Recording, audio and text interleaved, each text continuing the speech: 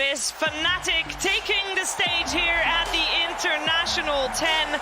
And amongst that, we got two first-timers in Death and Chuan, and they are walking up those stairs for the first time. Now, I do want to point out that FNATIC, the last two internationals that the organization took part at TI, this was the only time they took the stage because they went out in the best of ones. But this team, they found something. They started clicking these group stages. That was what they needed to find their groove, and now they are walking into those pods full of confidence.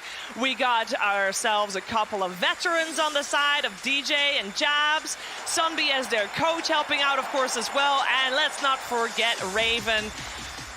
Fourth TI for him here, and FNATIC, I feel that if they win this one, they go far.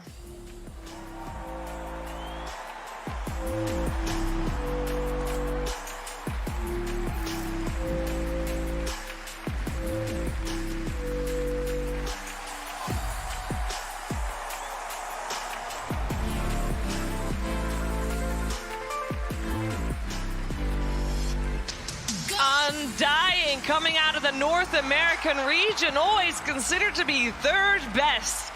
Well, no longer. This team almost made it to upper bracket, looking like the hottest team coming out that DPC region right now.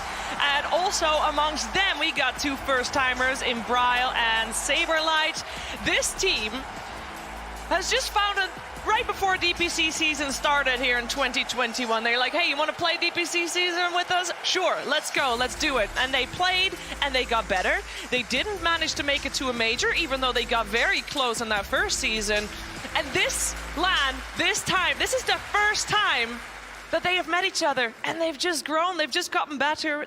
I don't know where that ceiling is yet. We have not seen it yet. We might see it, depending on what FNATIC, of course, is going to bring to the table as well. Undying, taking on Team FNATIC. It is looking hot, and before TI started, after the qualifiers, both of these teams made it through the qualifiers of TI10. Undying was able to sit down with none other than Casey. Undying is a team that had a near-perfect Season 1 in the DPC. Still, they missed out on a spot in the Singapore Major after losing a dramatic three-way tie to Evil Geniuses and Quincy Crew.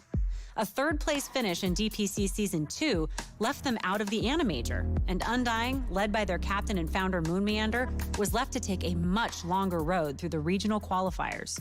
Watching the way that you played in the North American qualifiers, you guys made it look so easy when I know it wasn't. So talk me through what that was like as an experience for you as a team. It was a lot to get there. I would say like the hardest part about it was not being able to see each other in person and being able to read the emotions of the team without being able to see someone just through the voice alone and how they're feeling. I constantly needing to check up on them on an emotional level to make sure everything's okay. You need to see the human to really like form the bond. And since we don't see each other, you need to constantly like be there in some other way. Wow, so you guys formed at the beginning of the year and still have not been able to play in the same room. Yes, I haven't even seen that yet. I think the Dota is the easy part of the Dota. It sounds as like silly as that sounds. The harder part is working as a team, because this is a team game, and anyone can be really skilled and like really high skill, but at the end of the day, if you don't play as a team, you're gonna lose to a team that is worse, a lot worse than you skill-wise individually, but a lot better if teamwork. Are there any coaches or captains that you've had in the past that led by example and have helped you find your way as captain? Yes, the number one person I would say is Fly. Like, that's why I learned, like, he would, like, show me all the little things back then, and he would be so calm about it. He would never get angry, never lose his stuff. I would never play out of fear for that guy. I wanted to make him proud. Another captain I would, like, model after would be, like, Swinnemelons. Not the toxic part of Swinnemelons, because it's very toxic, but the leadership part, where he would, like, have a lot of charisma and band the whole team together with his words and speeches, and that's something Fly never did, so I'm kind of like mixing up both of them. a little bit the speech part, the charisma part, with the non-toxic coaching part.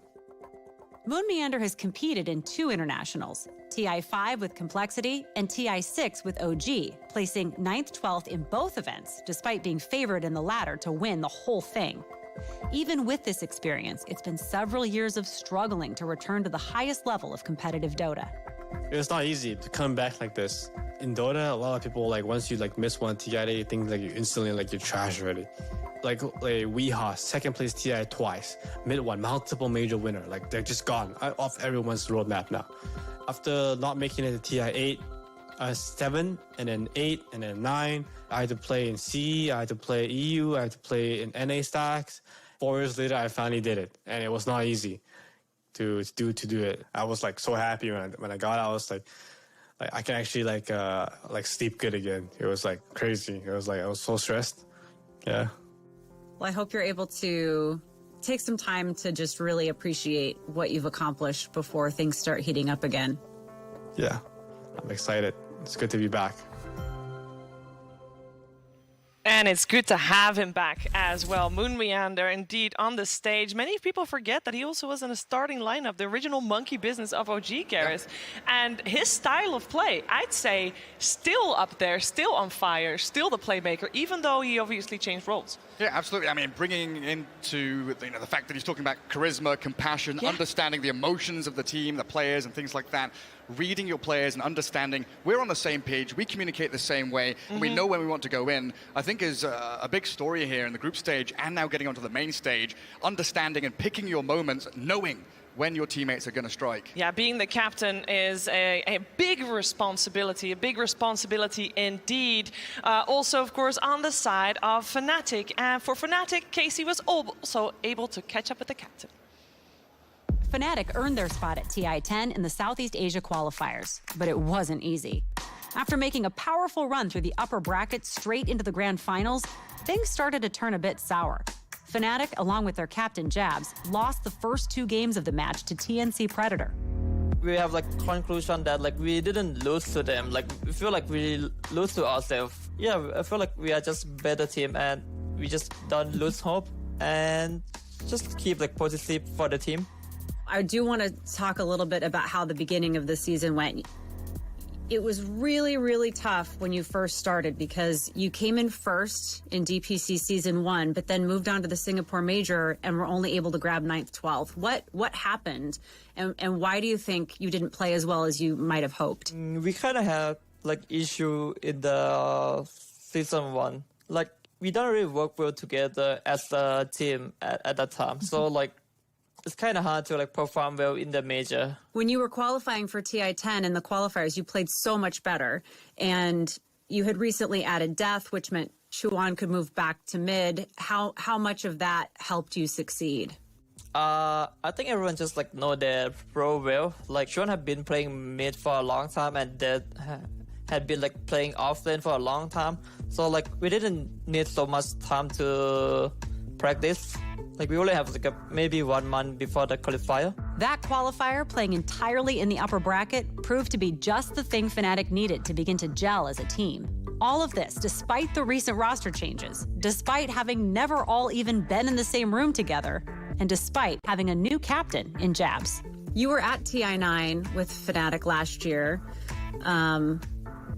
What kinds of lessons did you learn there? You placed 13th, 16th there. Obviously not an ideal placement for you. I feel like I didn't calm enough in the, like, you know, like we just need 1 match against the VP. And like we have like so much lead and the game's going, like you're about to win or something like that. You don't think like carefully and you kind of play bad. So you need to like calm down. It's like, even we are winning or losing, we always say in the game, like, just calm down and, like, don't get dragged into the game. When you are too intense, you cannot think, like, carefully. As they prepare to apply that mindset to TI-10, Jabs acknowledges they have a lot to digest from their path here. And when asked who they want to beat the most, he doesn't hesitate. T1. Why? Because they're, like, my friend, 23. He's like a friend with me and like I wanted to meet him in the grand final. Yeah, pretty sure. I mean, like, we don't want to lose to them again. Right. Or like lose to anyone. Yeah. Mm-hmm. And like want to be like the best in Southeast Asia and like be good in the international tournament too. Yeah, a lot of pressure on FNATIC for this opening best-of-1 elimination series. As mentioned earlier, FNATIC as an organization didn't have the best of luck in the last two TIs, TI8 and TI9. They got eliminated in this round specifically. And FNATIC has had a pretty rough year, Tsunami. You've been watching them the entire time, and it's not been roses and rainbows. No, but at least I hear that it's good blood between them and T1. Yes. Because I think part of me on the former Geek Fam squad, I was like, is it like a Fast and the Furious Paul Walker Vin Diesel type thing where they're smiling at each other while Zephyr, Cuckoo, and Whitemon go to T1 and Raven heads off to FNATIC, but Jab seems friendly and didn't seem friendly in the DPC though. And I think part of the success that they've found here, especially throughout their qualifier, is the Cinderella story of Death, which almost to an extent mirrors Moonmeander's journey, because Death has been playing competitively since 2014. He tried to go to North America, played on Complexity for a little bit, and overall was just kind of middling around. Then Singapore Major rolls around. Obi Neon's like, bro, we kind of need a Singaporean stand-in The right morning now. of. The morning of. And he's like, all right, fine, I'll play a DPC Major. Rolls up, helps them get top 6 placement, and suddenly shows up on everyone's radar. And this is after he had been critically panned by another Southeast Asian offlaner with Ice. He, on his stream, Ice had done a power ranking of all of the Southeast Asian offlaners, put everyone in A, B, C, D. He made a new tier just to put Death in. Higher or lower? Oh, it was lower. Oh, yeah. There was an empty gap, and then there was the Death tier. That's ouch. That was ouch. Just to clarify, was that like the unknown, like he hasn't seen him play? No, or was it like I think he he's had seen watched? too much of him play, apparently. So, if anything, I think that FNATIC trying to reclaim some of their Southeast Asian glory, because this is a mainstay organization. I know when they started out in Dota, they was European, but since then they've been very, very much Southeast Asian. Yep. And they've been at all TIs since TI3, so them getting that luster, them hopefully not going out in this round for once, I think is what the success story will begin with. Yeah, a little bit of a history here too with Dubu. I mean, he played at TI9, great. He played in FNATIC at TI9. That is, of course, the TI that the team kind of fell in shambles, Gareth. FNATIC has had a long road to build up to the current squad that they have. Yeah, I mean, like Tsunami said, the European squad, right back then it was No-Tail's team, all the way back then, you know, a UK organization. The past, 4 or 5 years, it's been a Southeast Asian team really responding to the players down there. Looking great now, though. They are absolutely looking good. And I do want to talk about that because I also want to talk about Undying looking good, because both of these teams, I would say, have done pretty well in the groups. Obviously, they're in the lower brackets, so they've not done amazing. But they've done pretty well, all things considered. Yeah, like Undying, for example, they, you know, the only teams that they lost to is T1 and Virtus Pro, right? So maybe if you want to look into that, you know, Undying exactly Southeast Asia. Yeah, you're seeing it here. But no, I think this is a hard series if you're maybe an SEA fan, because if you like T1, you indirectly now like Undying because they help T1 get to upper bracket. It's true. But like how, of course, you know, now FNATIC being an SEA team, like, where are the fans really lying? Like, I assume it's going to be with FNATIC, right? But maybe there's some maybe motivating and pushing towards the Undying side. I mean, Undying's incredibly multinational as well. Like, I think you'd be hard-pressed. I don't think there's any other team at this TI that had to do their DPC seasons with a player not even in the region. Saberlight was playing from Europe, which, for the most part, I think everyone else was playing from within their region, maybe not in a... There were some rare cases for like lower division teams, but if you think of the upper division, I think it was like Hustler playing in EU, but like other than that, yeah, you are right. Saberlight, of course, standout year, being able to really, you know, make it his way there. Well, I am very excited for this game, and it is ready. The draft coming your way. FNATIC Undying. FNATIC versus Undying. I quite most of them. It's perfect, right? Like it's so fun. Yeah. Let's go.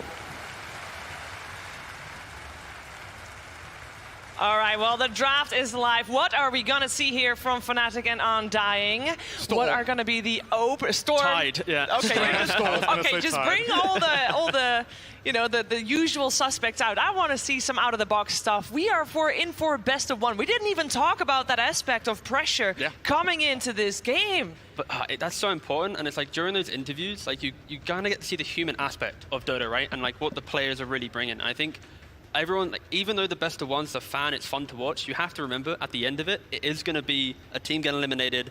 Like the work that you put in, like these teams, these players, they have spent an entire year at home putting it in, maybe not even boot camping with their players trying to get here. So it's fun for View, but it's scary for that. Well, I think there's been two FNATIC throughout the group stage. They have a 75% win rate in groups when they picked a Spirit hero for Chuen, 2 games of Ember and Void, and the rest Storm Spirit, and a 0% win rate when they don't have him on a Spirit hero. Oh no! So that's why I'm shouting out Storm. I really would love to see them just straight up first pick it.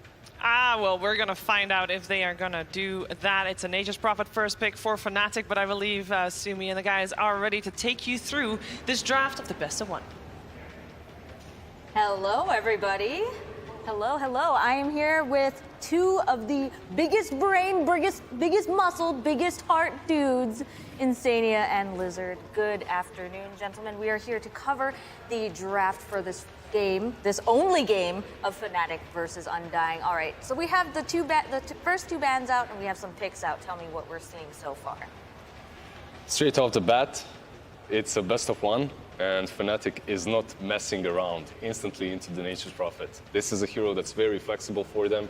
They mostly play it on position 4, but we know what the state of the game is. You can play him pretty much anywhere. So they open up with that, follow up with a Clockwork to prevent that Shaker from having the freest game possible. Meanwhile, what are the bans, Insania? I didn't really talk about that. You got Tiny Monkey King on the side of FNATIC versus Tide Hunter and Weaver Yep. for Undying. Yes. So yeah, I mean, it's for now the only really thing that I notice is I think when I think of FNATIC, I think of pretty aggressive support players. I think they're almost our 2 star players, in my opinion, are their 2 supports. You got DJ and Jabs, both like extremely highly mechanically skilled supports. And they're picking Clockwork for, I assume, DJ as a 5 most likely, because they tend to run the NP4 on Jabs. But as you mentioned, it could be flexible. Can you really call him a position 5 though? I mean, I think they're both really? like 4s. They have 2 4s basically. And their 3 plays like a 2, so they got a lot of good stuff going for them. Tell me about the Storm Spirits pick. We've seen, so I believe that in the beginning of the group stage, we didn't really see a lot of Storm Spirit, and then as it kind of ramped up, we saw a lot more. Tell me about the strength of this hero. Garrett was shouting out the Storm Spirit. He wanted it, and I can completely understand why. And when you look at the way that FNATIC has opened with the Nature's Prophet, with the Clockwork, when it comes to hero matchups, this hero makes a lot of sense. You will be able to hunt down that position for Nature's Prophet at any given time. And the Clockwork, until he gets Ags, you don't really care about him. Once he gets Ags, perhaps he can double hookshot you and contain you in spot for long enough. But until that point, every time he hooks, you just zip away. So you're not a target that position 5, 4, whatever, can actually go for. Meanwhile, it's obviously Undying's full comfort zone here, right? Yeah, exactly. And I mean, generally speaking, between the spirits, Storm is the stronger laner. If you play Storm against Ember, if you play Storm against Void Spirit, you're going to have the favorable matchup. I know Tyga on my team likes to say that Earth Spirit's very good against Storm Spirit, but I've yet to see it, and I highly doubt we will in this series. But yeah, so I think a big reason is like you get a very strong lane, and I think when you're in a best of one right now, you're looking at comfort heroes, and you're trying to stay away from like mispicking something or not banning something. So making sure you have a lot of reserve time going into the later stages of the draft. They're also banning out the other spirit, the Ember. Even though Storm is pretty good, I think it's FNATIC's comfort zone. So they want to get rid of all of these heroes that are extremely capable at making plays in the mid game. If you delete that and take that away from FNATIC, they will have a rougher time dealing with the Storm, who will be zipping in and out of these fights comes mid game.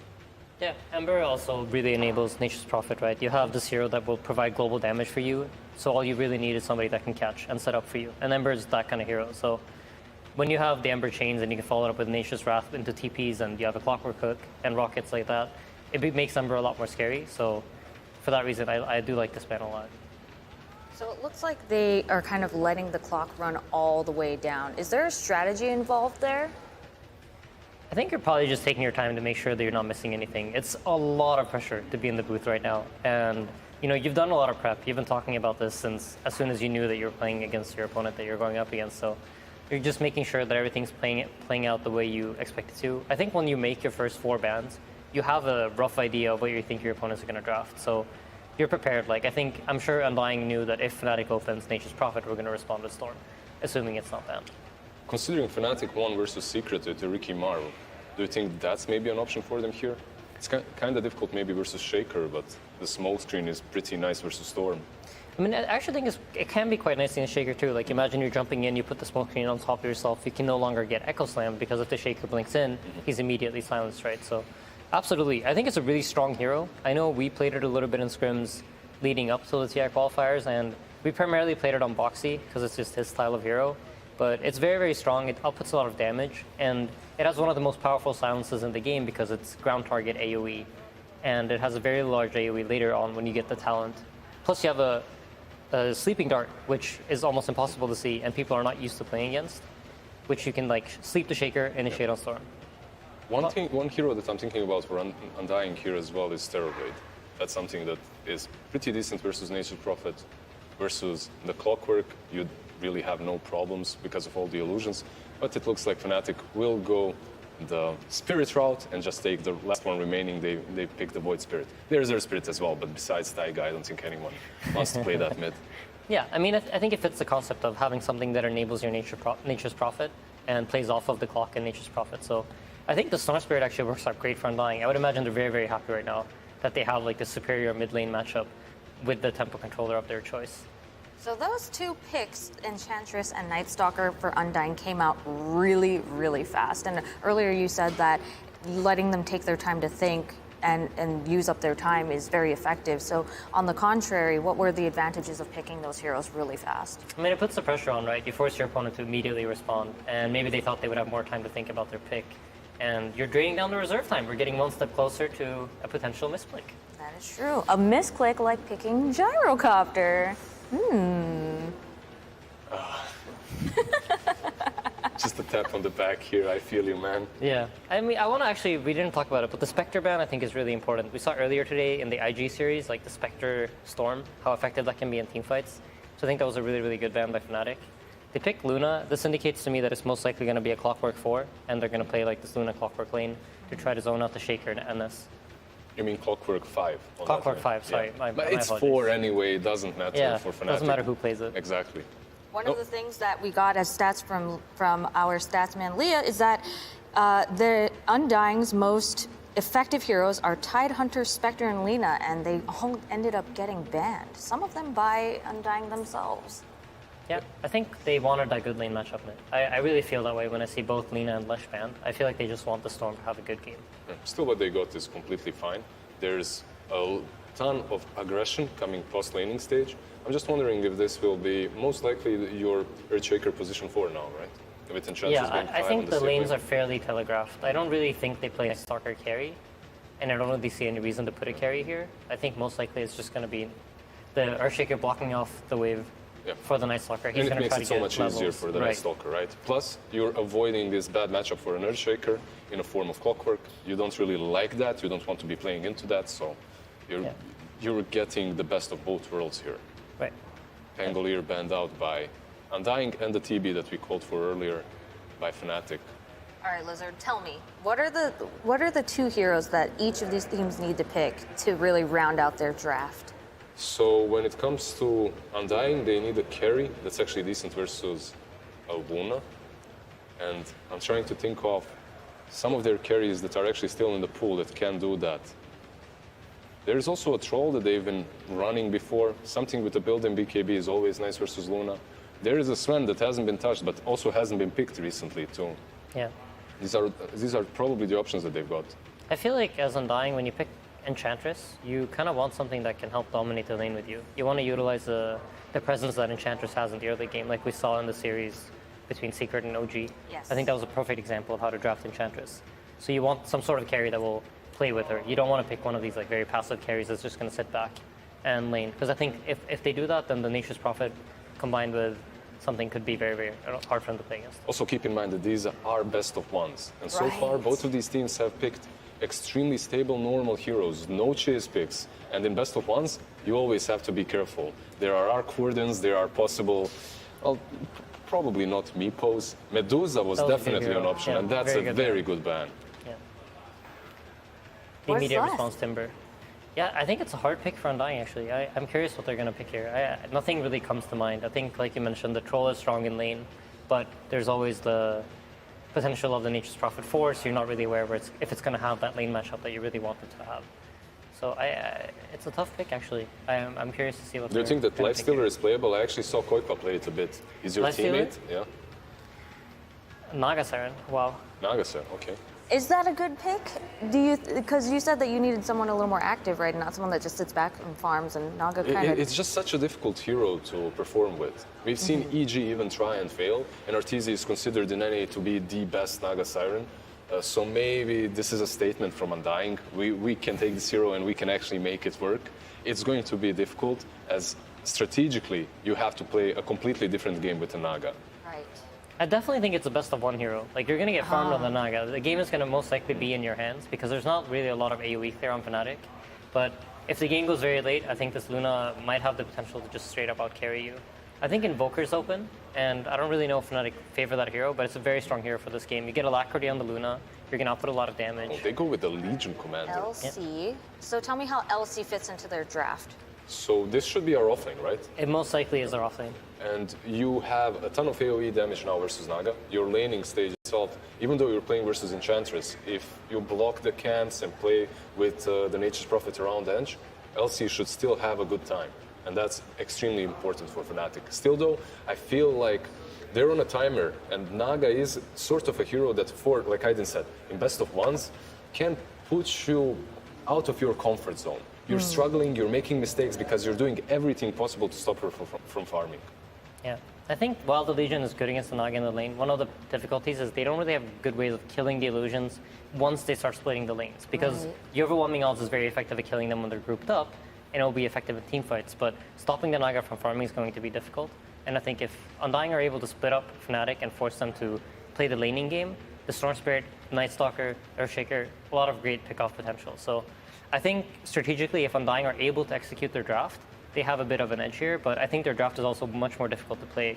So in that way, I think FNATIC has the edge. It does. So it does depend largely on their skill then. But on paper, you favor Undying's draft. What about you, Lizard? I would say that I favor FNATIC's a little bit. I think that skill discrepancy between these two teams isn't really high, but the skill needed, like you said, the skill difference needed to play each other's draft is higher.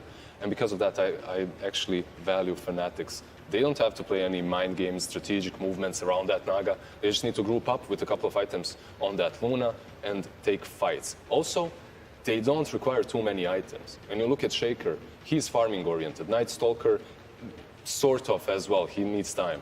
All right, well, we will see how this does when we get into the game. Real quick, first, we will have an interview with Jake and Febby. Thank you so much. Hello there. We've got Febby here from Team Undying. Were you surprised by that Nature's Prophet? They've been picking it a lot in the group stage, so we weren't surprised. So we were ready for it. Good to hear, my friend. It's great to see you, by the way. Well, what'd you think about that draft? Do you guys think you came out ahead? Did you get what you wanted to get?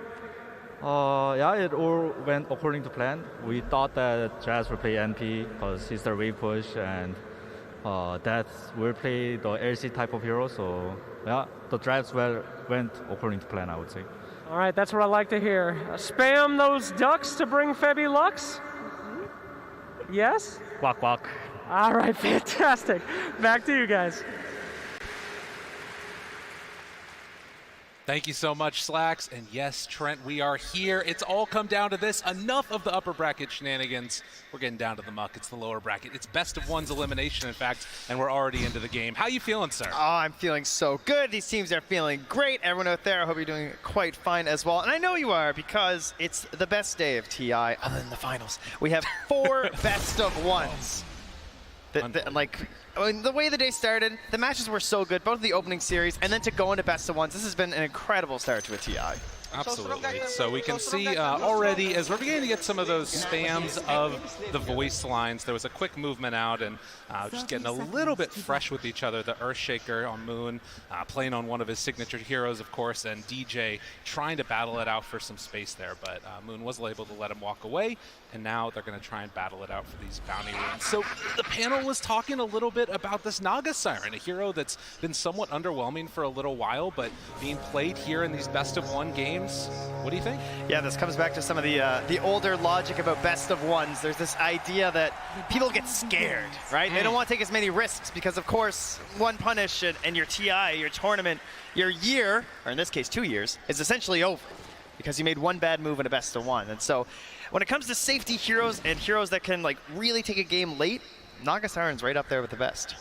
Well, we'll see if they can take it out to the late game indeed, but not too late because Luna looks very freaking scary as you get later and later. But Chuan facing off against Bryle in this mid matchup, one that we've seen time and time again throughout the COVID season.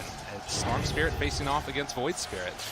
And we'll see if they're going to be able to get off to some decent start, early rotations, most likely from the Void, and what Bryle wants to do in the Storm. Yeah, they have quite the battle throughout the entire game, right? Of course, they're both Spirit heroes, so you sort of know what they're up to, trying to get good initiations and pick off potential to set their teams up for the 100 to death on a single person, just bringing them down instantly. And, you know, Storm has to be a little bit more concerned about potential rotations, but these days, we're fairly busy on the side lanes. Absolutely. And speaking of those side lanes, can take a look up here on the top side. Jabs facing off against Dubu in the support battles, and trying to steal away those treants every time they get an opportunity to. And Death playing on a hero is very comfortable with this Legion Commander. It's been seen a rise, both flexed into position 5, but also still being played into that position 3 route, like we're seeing right now, and trying to be a decent laning matchup against Tomato on the Naga.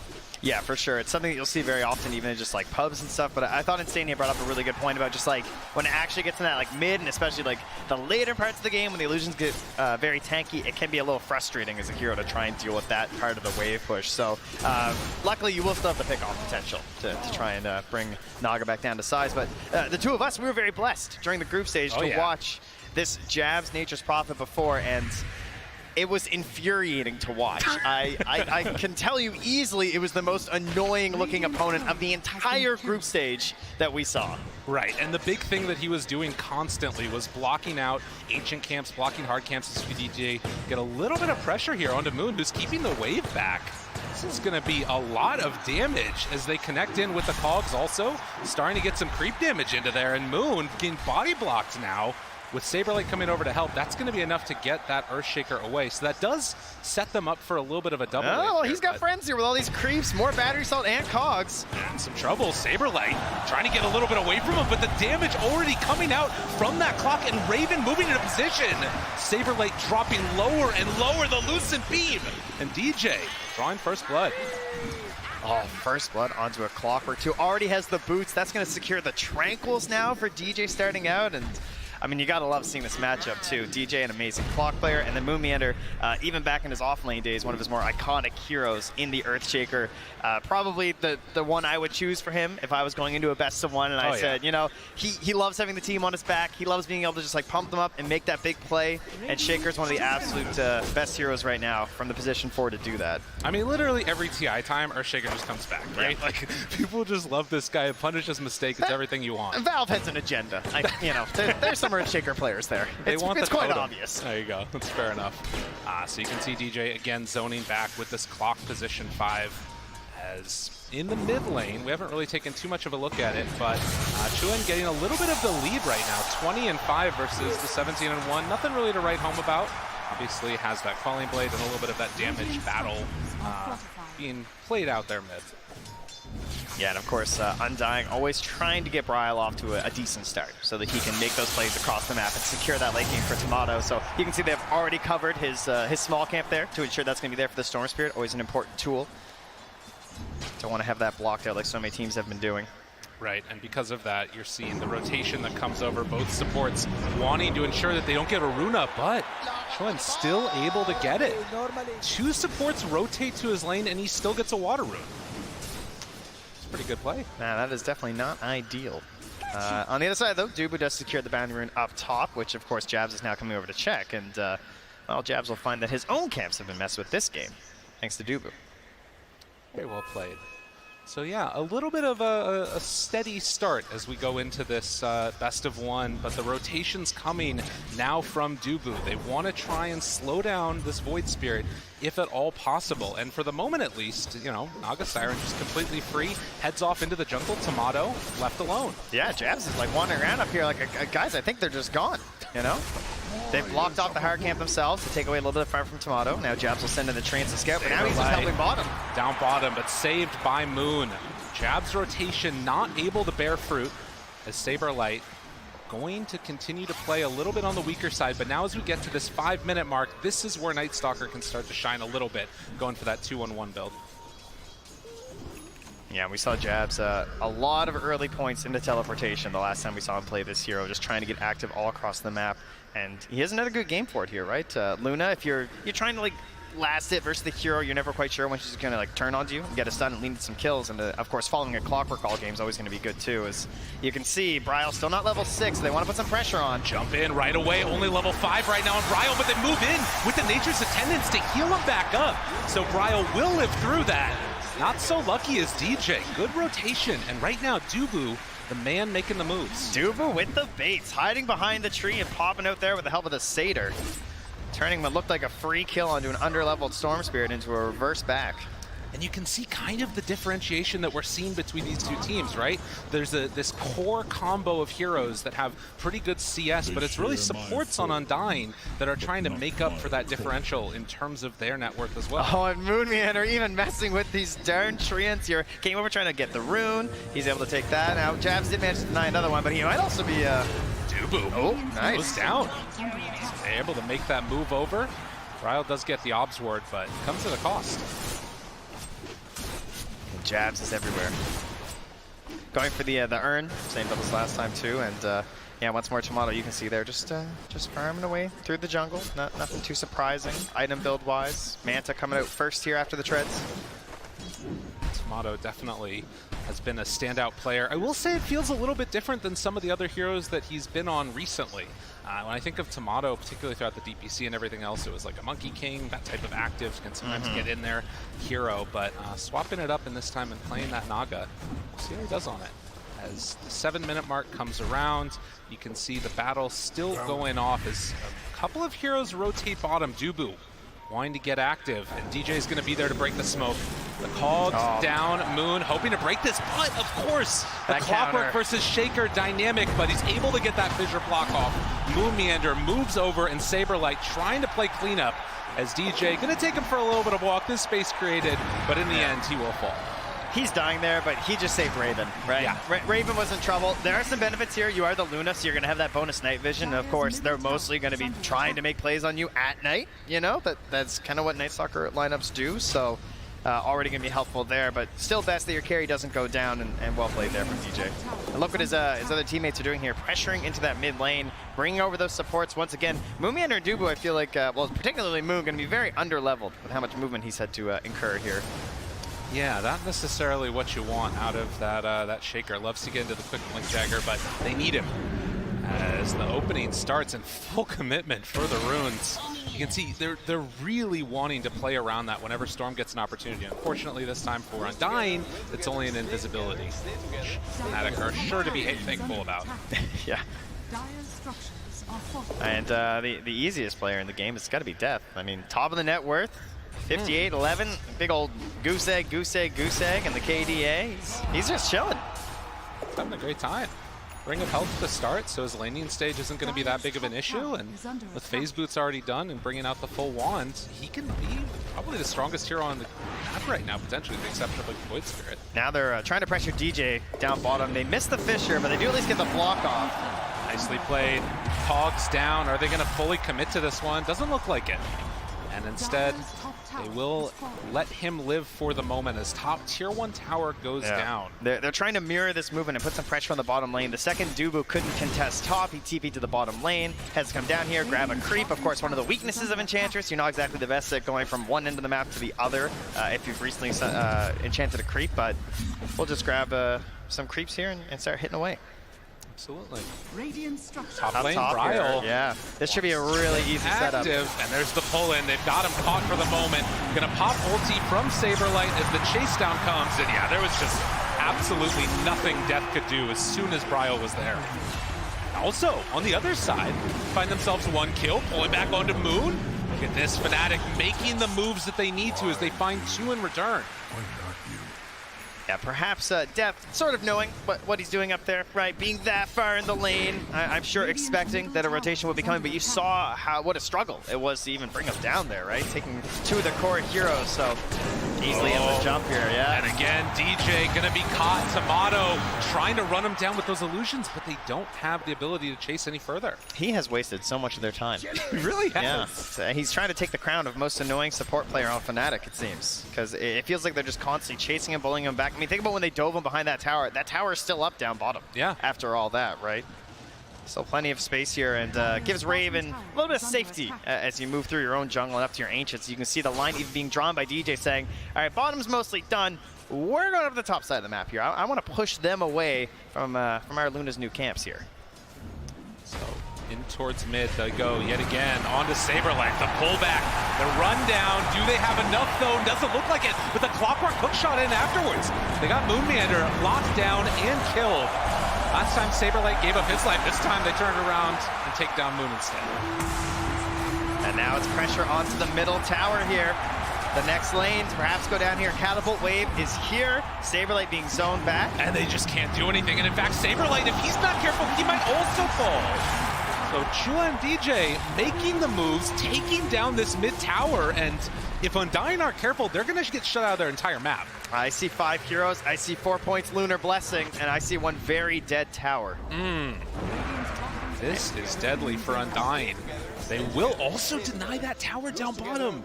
So even when they're finding tower and objective kills on Undying, it comes at a cost. Undying picking up some extra gold from that one. Oh, surely they got to get this one, right? Oh, the DJ. toy. It's just away. They're playing it too clean right now in FNATIC. This is really solid Dota. I mean, I feel like, wait, you heard, well, I'll have to wait for this one. Oh my God, immediately into the cogs pushback. Dude, DJ is everywhere. The amount of resources that have just been wasted by him is absolutely ridiculous. I mean, Stormy, you need every bit of mana right now, right? You're playing a hero down. They're willing to bring 5 heroes to a fight. You are not.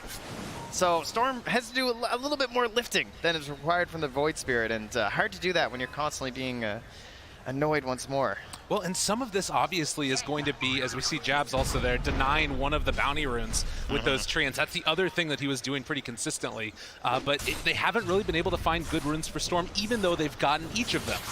The Invis that one time, we saw just now an Illusion rune picked up as well. Not necessarily there for kills, but this one at least will allow him to play a little bit more aggro. Chuan, in the meantime, trying to get into the Yule Scepter. One thing that I really like is that FNATIC aren't panicking about the Legion commander. Because sometimes you'll see a Legion who just like starts hunting and smoking and everything, but like why? You know what I mean? I feel like Death's just having a free game. Yeah, it sure died the one time, but it's all right. Oh my God, is DJ gonna get away yet again? Bryle pops it, the Earthshaker Fisher comes out, tries to bring him down, DJ ends up falling in the end, but they kill off the Storm. What a cost! Echo Slam afterwards, trying to find something right now for Undying. Can they get any more? Chuan backs away, but there's the duel going to connect now onto Saberlight. And with Raven moving in, it's going to be another one biting the dust. Undying lose 2 in exchange for 2, but it's much bigger with the mid and off lane going down. And on the other side of the map, you can even see Tomato trying to hold this game together for his team, being chased around by the treants. It looks like he did get the spawn at the very least this time, so will have some Ancients that he's able to farm. Not taken away for once, but so much pressure, and there's the replay. All for a D-ward, of course, and DJ almost getting away with another Tumbler's toy. Unbelievable. And just so much that pressed the attack right there, too. Yeah. Just a little bit. Oh, unbelievable. And then the Echo, obviously, to try and turn whatever they could afterwards, but by that point, having lost the Storm, it already felt so bad, and a quick and easy duel rundown. So with that, FNATIC take a 2,000 gold lead. At the very least for Undying, the saving grace, Tomato. Been able to get some AFK farms sitting top of the net worth. What does this Naga need to do in this game? Well, wants to contribute sooner rather than later. So currently eyeing up an Orchid, which I would say would be quite a good option here. Yeah, Void's going to have the Yules early on for sure, but you know, Storm's not going for an Orchid right away. Tend to try and avoid that these days on the Storm Spirit, as DJ will shove back his opponent there. Almost able to connect. The Tumblr's Toy doing a lot for that clockwork. Maybe one of the best Tumblr's Toy games that I've seen in a while. Able to make a lot of escapes as well as a couple of those initiations. Didn't quite connect that time. But still, Saberlight backs out, and you can see that Undying are not being completely zoned out of the map. They're still getting some good farm, able to farm all the lanes. Yeah, there is a bit of the vacuum effect happening, though. This tends to happen with your Terror Blades and your Naga Sirens, where maybe you have a greedier support on your team, right? Like perhaps an Earthshaker. We'd love to get a Blink Dagger at some point, but it can be very difficult to actually find that safe place to farm. Because you've got Naga Sirens pushing out these waves and getting the creeps further and further from your base, because you're just so necessary that you pump this Naga Siren up as much as possible. And you can see right there as well, they brought in Bryle to bottle that bounty rune, worried a little bit about those treants taking it away.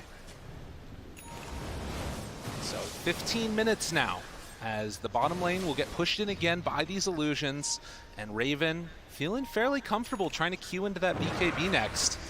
Yeah.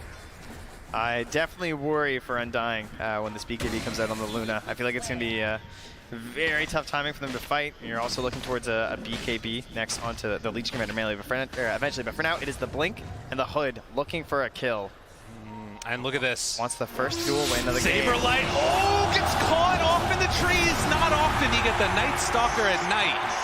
But when you have that clock vision and initiation, it's easy as pie. The Max Lunar Blessings are so good this game. Like, it's such an excellent idea to use this versus the Night Stalker. Just run into their territory and take away that advantage the hero's supposed to have. Like, it's difficult to prep for the setup that you're supposed to have this edge over your opponent. Oh, it jabs. He's hunting. He's looking.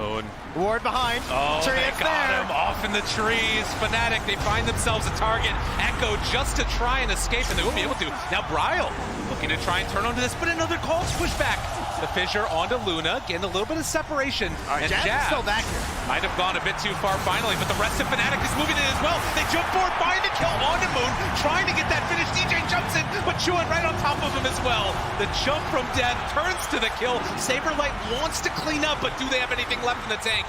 Chuan gets the TP away. Raven, BKB, TP's out. A good escape from FNATIC, although they might be able to play a little bit of cleanup there. Death, blinking one, gets out. Not going to catch any of the stragglers. Overall, I would consider that a pretty big win for Undying, considering how that fight started. First off, even more so, perhaps. He stuck around to juggle for a second. I think everyone else is ditched, though. They're not coming. We're fine. Yeah. But, yeah, they hold the tower, right? Right now, that's the name of the game for Undying. They're just trying to slow things down, extend this game out as far as they can. And it's only a 2K lead, whereas it feels like, for a lot of this game, FNATIC have been in control. It's true. That's the thing that's kind of interesting about it. And using that first BKB charge, if they do start to wear down a little bit low on FNATIC, that's where maybe you're overextending slightly and things could get a little bit dicey. By the way, Orchid done on Tomato. Gotta be careful here, FNATIC, as they smoke into this. Oh, and Dubu, they need Tomato here. They're gonna break it immediately onto Dubu. Let him go. Ends up dying, but the hook shot looking forward for more. Saberlight, he's also caught. Has to back out of there. He's dropping down lower and lower. And Undying, they wanted to hit that timing and take the fight, but they were already too dead. This is such a good game for support Clockwork because your opponent is trying to stall. They're trying to hold things out. And so when you get these little picks, they're happy to just send off Dubu, you know, push him out on the ice flow to save the rest of the village. But in this case, DJ, you know, he just says no. He's going to hook shot way into that back line and keep that fight going. Get that +1 kill. Now looking for more. So many times, how many moments have we seen a Naga song in the Roche pit? Have to be careful about this opening. No Blink Dagger yet done on Shaker. This is the scariest time at this point in the game for Undying if they give up this Aegis for nothing. But you can see FNATIC respecting it. Jump forward though! They find one again. It's Dubu. Song immediately afterwards. Thinking about jumping. They want to get the vision. Moon can get her right on top. And with the silence afterwards, do they have enough for the fight? The Fissure comes out, connecting onto two, trying to find more, but Raven walks up the high ground. Look at that overwhelming on. They do so much damage, but is it going to be enough? DJ on top and catching two in the cogs. They bit off more that they could chew, and Chuan was happy to give it to him afterwards. As Bryle does a little ring around the rosy, tries to TP out, and zigged when they should have zagged. FNATIC not quite able to catch him. Oh, that Orchid follow-up there, just not enough to get the finish in the air. In the end, coming off. Not sure where the press the attack. Yeah, it was the press the attack on the Void Spirit. Figured that had to be it because it was looking really dangerous. I thought the Soul Burn was going to kill him for sure. So excellent play there from Death to get the save, and that's going to put them right into the Roche pit. And with this, no Naga Song and FNATIC in the pit. It should be first Aegis of the game and a 4,000 gold lead right now for FNATIC. Moon has to back out. Oh, he's so close to Blink. Blink dagger. It's just like just there though, you know. Oh man. It's like I just get home and sell the stick, like please. Sell the quelling, but sell anything. If Just the get danger out. is there, and it'll be all right. And we can wait 50 seconds for that to pop out here. But mid lane, Dubu. Lots of Ovs and Sentry vision here. And now a flare even. DJ, you know, he wants it. Oh, get out of there. That was close. Hook shot almost able to connect. They will Quelling Blade it down as Dubu pulled back into position. DJ now moving also, and with the duel committed, they find another kill, taking him down. 50 duel damage on the Legion. Yeah, and of course this comes back to another discussion of just like delaying the game and waiting things out, and there is an additional punishment there. Clockwork is getting these hook shots, is giving you like 2 kills instead of 1 at times, but also infinite scaling. So strong. Every time we win one of these duels, we're gonna pump that damage up now up to 50, hitting some big numbers here. Multiple reps for Death. Let's get huge. We'll take down that tier 2 tower in the top lane as well, which opens up the outpost. FNATIC trying to put their Look grip at really Tomato on and this Saberlight control. down here. Ravens in the area too. Dangerous stuff, yeah. Trying to catch a cheeky little pick, I think. Just thinking about how these teams have gotten here as well, and Undying's path and sort of the love affair that they've had with Southeast Asia Dota throughout the past couple of days. You know, the turnaround where they're winning over EG, put T1 in the upper bracket, and now facing off against FNATIC to potentially eliminate them, and FNATIC looking like they might be able to do it here. Oh, and look, these same plays we saw before. You have the treants in your area, like in your side of the map all the time. So it's nothing surprising, but you can also just smoke and follow them as FNATIC. This is a play they'll like to do every once in a while because they feel like these stupid annoying things you can just run up and kill, but every once in a while 4 heroes pop out and you know your biggest core is going to die. Sometimes it's good to bait a hero, but if you can bait treants, that's even better. But will they fall for that bait? Time will tell. Blink dagger done. FNATIC. Ooh, does he think about going? I mean, they've got vision up top on that pillar, so they actually see some auto farming. They also recently spotted the storm moving through too. They see Bryle, so they have zero fear on this side of the map right now. FNATIC are just playing so well right now in this game 1 of a best of 1, and Raven going to pressure and take another tier 2 tower. Oh, this has got to be a timing, right? They just got the BKB on the storm. Mumiender wants to use this big blink. Only level 10. But has the 4 points in the aftershock. Has to be careful. They have that ward up on the high ground. Gonna pop it right at the start. Jump now onto Raven. Can they get there in time for the press the attack? No, nothing. Chase down, maybe looking for round 2 now. Jewett pulls back on a Bryle. They caught him. The echo connects onto 3. But where's the damage? It was the song. The timing. Oh, that was not how it was supposed to go for Undying. And now Dubu gonna get dueled. The Fissure to separate. But the range is more than enough as they take down that Enchantress. Jewett goes in for more, and now the control's done on a boat. Buyback. Can they kill off this Void Spirit? But there's the press the attack to keep him alive. And now it comes out for round 3 again. Raven will not be denied. And DJ giving the tip to his old coach. Oh, unbelievable. 18-7 and a 9,000 gold lead in FNATIC. I don't know if they're leaving. Tomato's just heading out of there. He knows right now, right? Oh, he actually finds DJ. Able to catch there. Yeah, back goes in the down. Bryle looking for more. And that's another kill as they do bring down DJ. So something on the board for Undying, but FNATIC, they got the bigger win. They take that bottom lane of barracks. That team fight is just so difficult. Like the communications, trying to figure out what to do off that Aegis. It feels like, you know, maybe you just want to give it to them when the Aegis goes down, right? But the problem is you also understand the situation you're in as Undying, and this looks like a time where perhaps you can get that big play. You can make the turning play for your team, and then the song and the echo overlaid. Clearly something happened there in the comms. Well, and now you're staring down the barrel. This is where you really test yourself as a team. Can Undying hold off the pressure from FNATIC? FNATIC, again, 2 TIs in a row going out in this position. They want this year to be different for them. But will it happen? Can they close this one out in a dominant position here? Oh, right back to the same spots here as FNATIC take the bottom, top. Again, still under that ward for Tomato and Bryle. Talk about value vision here. Oh, they're going to know the Storm TP back home, though.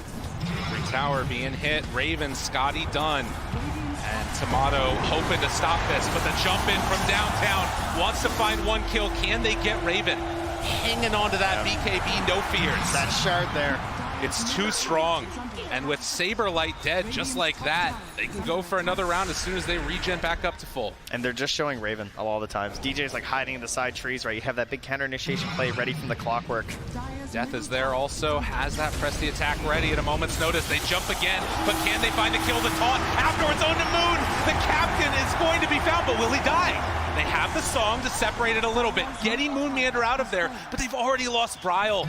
I don't know if it's going to end up mattering. He wants to save his captain, but they can't save his life as Death comes in with one more press the attack. Rax falling in the mid lane. FNATIC, they won't be denied. They played masterfully this game. They took such excellent little risks in their play where they brought heroes maybe a little earlier than you'd expect, but utilizing that aura again to just fight with numbers and take the most important team fights, and then also the coverage they have here onto Raven. They make his life so easy with the press the attack, the defensive hook shots that come in and cover. And again, how do you initiate? The silence. They've got no way in right now with the Earthshaker dead. They're ready to go for round 2. Look at this. And FNATIC, they're playing so safe. They know the only way that things can get really bad is if they all get caught, but there's a way to catch one. Jabs, under control, Raven's just gonna TP out. Very well played, Jewett. Oh, he gets caught. All right, big one, big one. Undying, able to find something on the way out of this as they chase down Jabs, and now gonna kill off this Void Spirit. Glimmers here. Silver linings around a stormy cloud that's been this game. Yeah, it's a very small rebate after losing a couple lanes of Rax here, but the game continues. It's a best of 1. Surely they're going to fight this one right to the end. And we have definitely seen wilder comebacks at TI. There's no doubt about that. Well, and thinking about, buybacks that potentially could come out in a little bit here, we can sort of keep our eyes on that as something that Undying right now only have it on the Shaker. They got to go. They got to keep them off balance. Void Spirit's still down. Go fight. Looking to use this dunk. Looking for it, but they get vision yet again. Raven there. Hook shot in. Look at the big old hit as they come through onto both of them. Just like that. FNATIC take 3. Yo, Raven's pretty good at Dota. Better watch out for that man. Feels like they just had such a good read. They have such deep vision as well, of course, on the side of Undying, or rather on the side of Undying's map, so FNATIC know sort of the options they have to try and get back into this game, and right. I definitely appreciate going for the risky play, because you can't sit in your base right now as Undying, or you're just going to be doomed. That hero's not even in the game. No, they just picked Nagasar, which works in a different sort of dooming, it seems. DJ, what a performance from him on this clock. I think that there were a lot of people and a lot of fans of FNATIC that were questioning the DJ swap over to position 5 and if that was actually going to make it. He's still looking unbelievably strong, and even without all of the same resources that we're seeing from Jabs, they're both playing immaculately together. Yeah, and he'll play the 4 or 5s when necessary and do it quite well, but I love it when you get these heroes that can have a little bit better impact from that role, and I think Clock's probably the best one. Again, trying to hold off this pressure, but Raven is again going to walk up high ground, and Saberlight hoping to stop something here, wants to get in the back line, but the taunt is there. A little bit off the mark with the Remnant. Raven still standing up front center, and it's going to go down as they jump into the back line. Bryle wants to get this kill on this Legion Commander. A good jump to the other side afterwards, but Saberlight down low. Raven walking in right on top. They find him on the back line again. Moon caught, Moon killed, and GG is going to be called as FNATIC. They're just a little bit too clean in this one. They're so strong, FNATIC. Strong enough to survive the best of 1 at TI, and look at that. That's relief. That's what that is. Absolutely. And again, you think about this roster at various different points, and Dubu there, obviously. Heartbreaking loss for Team Undying, and FNATIC able to move on for the first time in a couple years past this round, as they will win the best of 1s.